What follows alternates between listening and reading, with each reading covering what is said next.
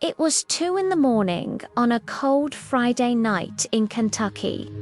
Trucker Mark Lawson was steering his 18-wheeler down Route 57, a long stretch of highway famous for one thing, being completely empty and desolate.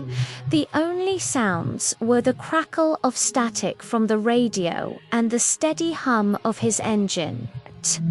Suddenly, his phone lit up and started ringing. There was no contact name, just a string of numbers he didn't recognize. He answered, more curious than worried. "Hello." A soft, trembling voice came through the speaker. "Please help me." Mark let out a nervous laugh. "Must be some prank," he muttered, ready to hang up. But the voice came again, even softer this time, filled with a desperate plea. "I'm stuck. The road. Don't ignore me." Mark quickly glanced at his GPS. Nothing. The map showed exactly what he saw outside his window, miles and miles of empty highway. No rest stops, no other cars, nothing. Then a sudden piercing chill filled the truck cabin. The heater was blasting, but he couldn't stop shivering. That's when he heard the faint sound of tires screeching somewhere behind him. "Hello, who is this?" Mark yelled into the phone, but there was no answer. Just the voice, whispering again, a single terrifying phrase: "Don't look back." He slammed his foot on the gas, trying to outrun the unease creeping up his spine. As the truck sped up, a thick, unnatural fog rolled in, blanketing the highway. His headlights could barely cut through it, just enough to see the yellow lines directly in front of him. Then the phone rang again. This time, an image popped up on the screen. It was a photo of a young girl, smiling, standing right in the middle of a road. Mark's stomach plummeted. He recognized her. He'd seen her face on the local news years ago. She was the girl who had vanished on this very highway, Route 57, 10 years to the day. The whisper came through the phone one last time, sending a shiver through his entire body.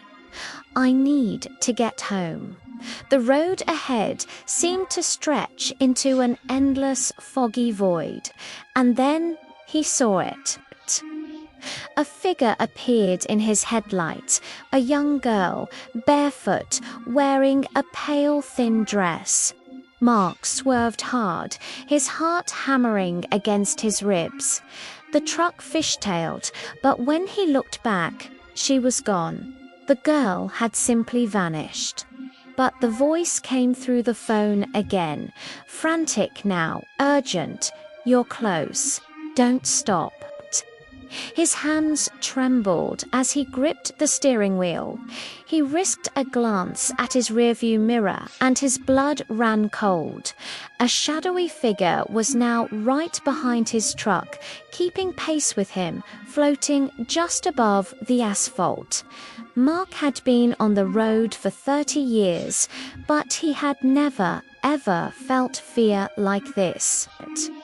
His GPS suddenly glitched, the screen turning to static. The map was gone. He was no longer on any recorded road. The fog was so thick now it felt like he was driving through a thick white wall, swallowing the highway whole. The phone rang one final time, but this time the voice was different. It was calm, almost peaceful. Thank you for finding me." As those words echoed in the cabin, a new light cut through the fog headlights. They illuminated a small abandoned house just off the side of the road, a place that wasn't on any map. And there, standing on the porch, was the girl from the photo. She was smiling, and she waved. Mark instinctively slammed on the brakes, stopping the massive truck. He watched as the girl turned and ran inside the house. And then, just as quickly as it appeared, the house, the lights, and the girl dissolved back into the fog as if they had never existed at all. Mark sat there, paralyzed, for what felt like an eternity. He finally looked down at his phone. There were no new messages, no recent calls in the log. Just one thing, an old voicemail dated 10 years ago. He played it. It was her voice, the same soft plea from the first call. "If you see me, please help me get home." As the first light of dawn broke the horizon, Mark slowly put the truck in gear and drove off. The fog was gone. The sun was rising. Route 57 looked just like any other highway again. There was no sign of the house, no trace of the girl. But he never forgot that night. And to this day, old-timers and locals still warn truckers passing through Kentucky. If you read driving down Route 57 late at night and you get a strange call, don't